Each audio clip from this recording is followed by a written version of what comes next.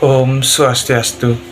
Selamat pagi Bapak dosen dan rekan-rekan sekalian. Pada kesempatan kali ini izinkan kami dari kelompok 6 studi kelayakan bisnis dengan dosen pengampu Bapak Iketut Sunarwijaya SEMSI akan memaparkan materi mengenai analisa lingkungan dan alternatif strategi investasi.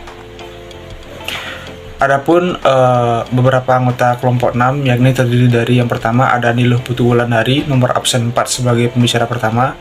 Kemudian ada saya sendiri atas nama Gede Pratama Putra Wikananda sebagai pembicara kedua sekaligus moderator.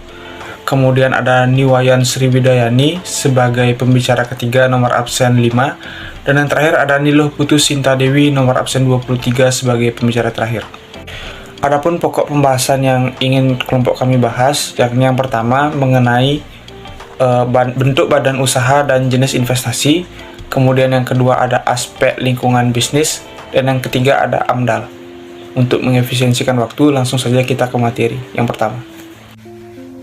Nah, di sini saya akan memaparkan materi yang pertama, yaitu mengenai badan usaha dan bentuk-bentuk badan usaha.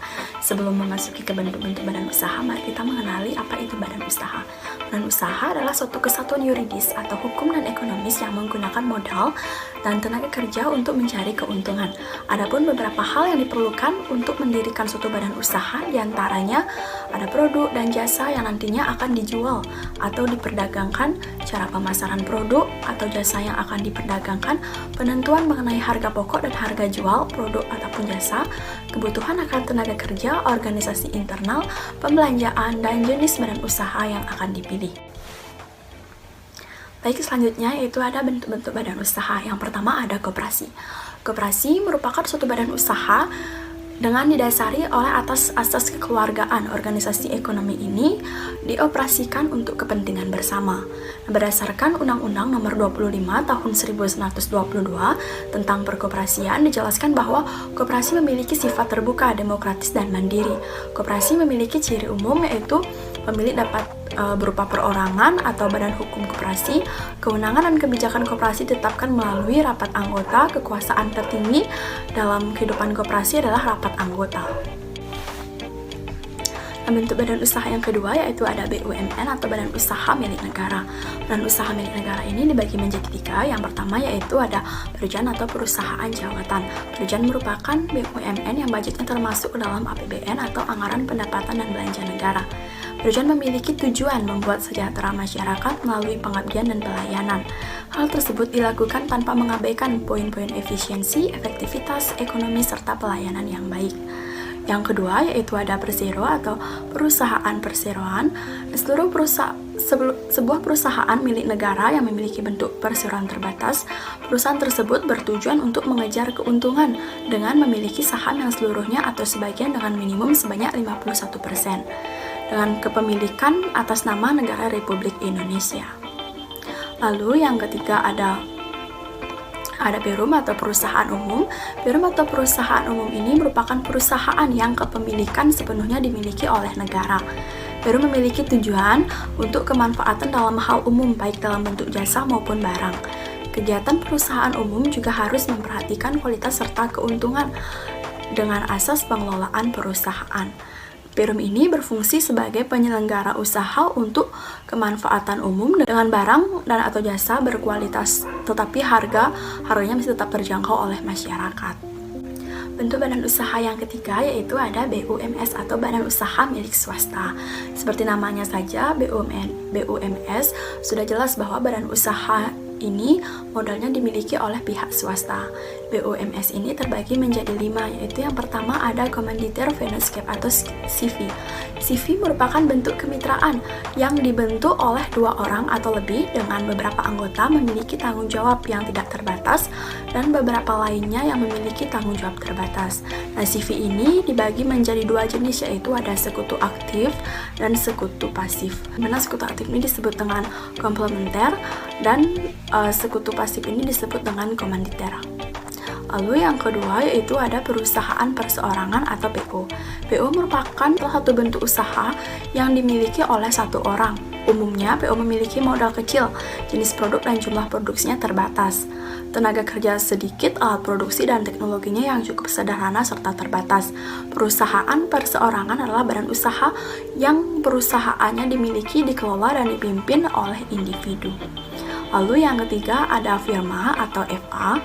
Nah, firma ini merupakan persekutuan antara seseorang dengan orang lainnya atau lebih untuk menjalankan usaha bersama dengan tujuan berbagi keuntungan yang didapatkan dari persekutuan tersebut. Nah, kita dapat menyimpulkan bahwa firma memiliki minimal anggota 2 orang. Lalu yang keempat ada perseroan terbatas atau PT. Nah, PT ini merupakan salah satu jenis usaha yang dilindungi oleh hukum dengan modal yang terdiri dari saham. Seseorang dapat dikatakan sebagai pemilik PT apabila memiliki sebagian saham sebesar yang ditanamkannya. Menurut Undang-Undang Nomor 40 Tahun 2007 yang mengatur perihal PT disebutkan bahwa perusahaan berjenis perseroan terbatas ini adalah badan usaha yang berbentuk badan hukum yang didirikan berdasarkan perjanjian dan melakukan kegiatan usaha dengan modal dasar yang seluruhnya telah dibagi ke dalam bentuk saham. Nah, yang ketiga ini ada joint venture. Nah, joint venture ini adalah merupakan suatu kerjasama dari beberapa perusahaan yang berasal dari berbagai negara kemudian menjadi satu perusahaan untuk mencapai konsentrasi kekuatan ekonomi. Joint venture ini harus memiliki badan hukum seperti PT atau perseroan terbatas. Dalam bidang industri, joint venture dipimpin oleh dewan direktur yang dipilih langsung oleh para pemegang saham. Nah, berikut jenis atau bentuk-bentuk badan usaha yang dapat saya sampaikan. Baik, selanjutnya di sini saya akan menjelaskan mengenai investasi dan jenis-jenisnya. Nah, jadi investasi ini merupakan sebuah aktivitas menyimpan atau menempatkan dana pada periode tertentu dengan harapan penyimpanan tersebut akan menimbulkan keuntungan dan peningkatan nilai investasi. Nah, secara etimologis, investasi adalah penanaman uang atau modal pada suatu perusahaan atau proyek yang bertujuan memperoleh keuntungan. Nah, pada dasarnya, investasi adalah membeli aset yang diharapkan pada masa yang akan datang dapat dijual kembali dengan nilai yang lebih tinggi. Kemudian, terdapat biaya modal, yang dimana biaya modal ini merupakan salah satu dari jenis investasi yang dilakukan dalam berbisnis. Nah, jadi biaya modal atau cost of capital pada kegiatan investasi dibutuhkan dana yang cukup besar untuk mendanai proyek atau kegiatan tersebut. Nah, dalam praktiknya, kebutuhan modal terdiri dari 2 jenis, yakni modal investasi dan modal kerja. Pada modal investasi, digunakan untuk membeli aktiva tetap seperti tanah, bangunan, mesin, peralatan, dan lain-lainnya. Sedangkan pada modal kerja, merupakan modal yang digunakan untuk membiayai kegiatan operasional perusahaan selama beroperasi. Modal dilihat dari sumber asalnya terbagi menjadi 2, yakni modal sendiri dan modal pinjaman. Nah, jadi modal pinjaman atau modal asing ini merupakan modal yang diperoleh dari pihak di luar perusahaan dan biasanya diperoleh oleh suatu proyek berupa pinjaman. Penggunaan modal asing akan memiliki dampak terhadap sebuah proyek, yakni suatu usaha atau proyek akan dikenakan beban biaya berupa biaya administrasi, komisi, serta bunga yang besarnya relatif. Yang kedua ada modal sendiri. Nah, jadi sesuai namanya, modal sendiri merupakan modal yang diperoleh dari pemilik perusahaan dengan cara mengeluarkan saham, baik terbuka maupun tertutup, serta menginvestasikan sejumlah uang pada sebuah proyek atau perusahaan yang akan dijalankan. Nah, keuntungan menggunakan modal sendiri yakni tidak dikenakan beban biaya bunga seperti modal pinjaman, sehingga sebuah proyek atau perusahaan hanya memiliki kewajiban untuk membayar dividen saja. Baik, selanjutnya saya akan mempresentasikan materi terkait aspek lingkungan bisnis. Suatu ide bisnis akan dikatakan layak apabila lingkungannya mendukung ide dari bisnis tersebut. Kemudian, ide tersebut dapat memberikan manfaat lebih besar dibandingkan dengan dampak negatif yang ditimbulkannya. Sehingga, ide bisnis tersebut dapat dikatakan layak ketika mampu memberikan berbagai dampak yang baik dan bermanfaat bagi lingkungannya. Nah, dalam aspek lingkungan bisnis ini akan dibagi menjadi 3, yaitu aspek lingkungan operasional, aspek lingkungan industri, dan aspek lingkungan jauh. Yang pertama yaitu aspek lingkungan operasional, di mana aspek lingkungan operasional ini meliputi aspek lingkungan pesaing, aspek lingkungan pelanggan, aspek lingkungan pemasok, aspek lingkungan kreditor, dan aspek lingkungan pegawai. Nah, Yang pertama ada lingkungan pesaing. Dalam perusahaan, suatu pesaing ini diartikan sebagai perusahaan dalam industri yang sama yang menjual produk yang sama baik berupa barang ataupun jasa kepada konsumen. Yang kedua yaitu lingkungan pelanggan, di mana pelanggan menjadi faktor kunci keberhasilan dari suatu usaha karena pelanggan merupakan sumber pendapatan dari suatu perusahaan. Nah, yang ketiga ada lingkungan pemasok, di mana pemilihan pemasok ini penting untuk dapat meningkatkan keunggulan kita dibanding dengan perusahaan pesaing. Lingkungan kreditor yaitu lingkungan yang perlu kita analisis agar mampu memilih kreditor mana yang dapat memberikan manfaat yang lebih besar, di mana kita dalam memilih kreditor harus memperhatikan beban bunga yang akan dibebankan kepada kita dari utang yang kita ambil. Yang kelima yaitu lingkungan pegawai, di mana lingkungan pegawai ini penting untuk dilakukan analisis karena pegawai merupakan pelaku utama dalam keberlangsungan suatu usaha, di mana pegawai sangat dibutuhkan untuk membantu merealisasikan kegiatan yang akan dijalankan oleh perusahaan. Aspek lingkungan yang kedua yaitu aspek lingkungan industri, di mana aspek lingkungan industri ini meliputi analisis pada persaingan antar perusahaan, analisis pada daya tawar pelanggan, analisis daya tawar pengusaha, kemudian ada juga hambatan teknis dan juga persepsi dari pelanggan itu sendiri. Nah, yang pertama ada persaingan antar perusahaan yang dapat kita analisis melalui metode analisis yaitu Competitive Profile Matrix atau CPM, di mana analisis ini berguna untuk mengetahui posisi relatif perusahaan yang dianalisis kemudian dibandingkan dengan perusahaan persaingannya. Kemudian ada daya tawar pelanggan, di mana pada analisis ini perlu untuk kita mensinergikan jenis usaha dan sasaran dari calon pelanggan yang akan kita tuju. Nah, untuk daya tawar pengusaha, di mana setelah kita mengetahui daya tawar dari calon pelanggan, kita dapat menyusun hal-hal yang dapat kita tawarkan kepada pelanggan sehingga apa yang kita tawarkan kepada pelanggan baik ini berupa barang ataupun jasa dapat merupakan tawaran yang menarik dan memang dibutuhkan oleh calon pelanggan kita. Ada hambatan teknis berikutnya, di mana setelah kita memahami tentang apa itu yang menjadi daya tawar dari pelanggan serta program ataupun produk yang akan kita tawarkan kepada mereka, langkah selanjutnya adalah memperkirakan hambatan yang kemungkinan dapat terjadi dalam kita melakukan kegiatan usaha ini, di mana ini dapat dilakukan dengan mempertimbangkan bahwa bisnis yang akan kita lakukan ini berada dalam posisi ketidakpastian. Karena itu perlu adanya langkah pencegahan ataupun antisipasi terhadap hal-hal yang tidak diinginkan. Nah, yang terakhir itu ada persepsi pelanggan, di mana analisis persepsi ini merupakan suatu opsi pada studi kelayakan, di mana sebagian pertimbangan bahwa apakah produk ataupun program yang kita susun ini nantinya setelah dipasarkan, pasar dapat menerimanya atau terjadi hal sebaliknya. Nah, pada produk makanan ataupun minuman dapat dilakukan tester produk misalkan pada suatu wilayah. Aspek lingkungan yang ketiga yaitu aspek lingkungan jauh, di mana aspek lingkungan jauh ini mencakup faktor-faktor yang bersumber dari luar operasional perusahaan, di mana aspek lingkungan jauh dapat digunakan untuk merumuskan strategi yang memanfaatkan peluang atau meminimalkan ancaman dari luar. Nah, perubahan dalam lingkungan jauh dapat mempengaruhi perubahan dalam permintaan barang ataupun jasa yang kita tawarkan kepada konsumen, di mana aspek lingkungan jauh ini terdiri dari lingkungan ekonomi, lingkungan sosial dan budaya, lingkungan teknologi, dan lingkungan ekologi.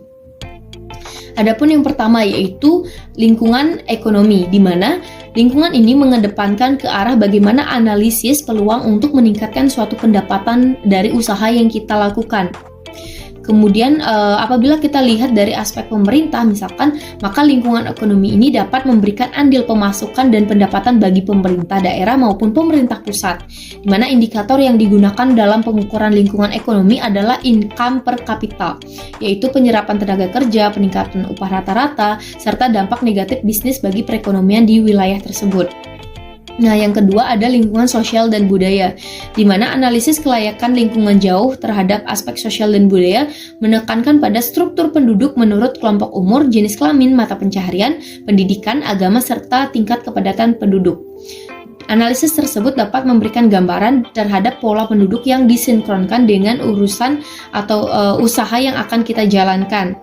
Nah, yang ketiga itu adalah lingkungan teknologi, di mana dalam mendirikan sebuah usaha perlu adanya analisis terhadap kondisi teknologi di sekitar tempat yang akan kita jadikan lokasi usaha, di mana hal tersebut digunakan untuk menjamin keberlangsungan usaha kita, serta tidak menjadi suatu kendala di kemudian hari nantinya. Nah, yang keempat itu ada lingkungan ekologi, di mana lingkungan ekologi ini merupakan ruang alami yang tersedia, di mana proses alami yang berlangsung di dalam ruang tersebut diperkirakan dapat mengalami perubahan dikarenakan adanya aktivitas dari rencana usaha ataupun kegiatan yang kita lakukan. Dalam analisis ini, maka kita memiliki pandangan terhadap dampak yang timbul dari usaha atau kegiatan yang kita lakukan terhadap ruang alam, seperti tingkat potensi pencemaran yang dapat terjadi ketika kita menjalankan usaha yang mengeluarkan limbah. Kemudian pada kondisi usaha jasa, lingkungan ekologi juga sangat perlu diperhatikan demi keberlangsungan pelanggan. Contohnya, bisnis pembuatan tahu yang menghasilkan limbah cair dan sangat berbau akan dapat mencemari air sungai, sehingga perlu dilakukan suatu usaha untuk mengolah limbah tersebut agar tidak mencemari lingkungan sungai yang ada di sana. Dampak bisnis dibagi menjadi dua, yaitu dampak positif dan dampak negatif. Yang pertama, dampak positif, yaitu pemeliharaan ekosistem bagi lingkungan hidup. Yang kedua, pemanfaatan lingkungan masyarakat. Yang ketiga, upaya aktivitas sosial dari perusahaan untuk meningkatkan kualitas lingkungan. Yang keempat, terciptanya produk-produk inovatif yang ramah lingkungan. Selanjutnya ada dampak negatif. Yang pertama, debit air tanah berkurang. Yang kedua, terjadinya perubahan warna dan kekeruhan air. Yang ketiga, perubahan tingkat pH air. Yang keempat, penurunan kualitas udara. Dan yang kelima, penurunan kualitas tanah. Baik, selanjutnya ada AMDAL atau analisis mengenai dampak lingkungan. Merupakan suatu kajian mengenai dampak besar atau penting suatu usaha atau kegiatan yang direncanakan pada suatu lingkungan yang diperlukan dalam proses pengambilan keputusan tentang penyelenggaraan usaha atau kegiatan di Indonesia. Dasar hukum AMDAL di Indonesia adalah Peraturan Pemerintahan Nomor 27 Tahun 2012 tentang Izin Lingkungan Hidup, yang merupakan pengganti dari Peraturan Pemerintahan Nomor 27 Tahun 1999 tentang AMDAL. AMDAL telah dilaksanakan sejak 1982 di Indonesia. Adapun peranan AMDAL dalam pengelolaan lingkungan hidup yaitu untuk menghindari kerusakan lingkungan hidup sehingga dapat membantu menjaga kenyamanan dan keselamatan masyarakat di sekitar pembangunan, menentukan prioritas pinjaman sesuai misi yang akan dijalankan, dan AMDAL juga merupakan suatu proses penghindaran duplikat proyek yang sebenarnya tidak diperlukan, atau membantu melihat masalah-masalah lingkungan sehingga pembangunan dapat dilaksanakan lebih terencana dan menghindari masalah-masalah lainnya. Selanjutnya ada tujuan dan manfaat AMDAL. Adapun tujuan AMDAL merupakan penjagaan dalam rencana suatu kegiatan atau suatu usaha agar tidak memberikan dampak buruk terhadap lingkungan. Adapun fungsi AMDAL sebagai berikut. Yang pertama, sebagai bahan perencanaan pembangunan wilayah. Yang kedua, proses pembantuan atau proses membantu mengambil keputusan terhadap kelayakan suatu lingkungan hidup. Yang ketiga, ada memberikan masukan dalam penyusunan rencana rinci dan teknis dari rencana usaha atau kegiatan dan izin kelayakan lingkungan. Selanjutnya ada manfaat AMDAL sebagai berikut. Yang pertama, manfaat bagi pemerintah, yaitu untuk mencegah dari perencanaan dan kerusakan lingkungan, menghindari konflik dengan masyarakat, menjaga agar pembangunan sesuai dengan prinsip pembangunan berkelanjutan, dan mewujudkan tanggung jawab pemerintah dalam pengelolaan lingkungan hidup. Selanjutnya ada manfaat AMDAL bagi pemrakarsa, yaitu untuk menjamin adanya keberlangsungan usaha menjadi referensi untuk peminjaman kredit. Selanjutnya ada interaksi saling menguntungkan dengan masyarakat sekitar untuk bukti ketaatan hukum. Dan yang ketiga ada manfaat AMDAL bagi masyarakat, yaitu mengetahui sejak dari awal dampak dari kegiatan tersebut. Yang selanjutnya ada melaksanakan dan menjalankan kontrol, melibatkan atau terlibat dalam proses pengambilan keputusan. Sekian materi dari saya, waktu saya kembalikan kepada moderator. Baik, sekian presentasi yang dapat kami sampaikan. Kami tutup dengan para Santi. Om Santi Santi Santi. Terima kasih.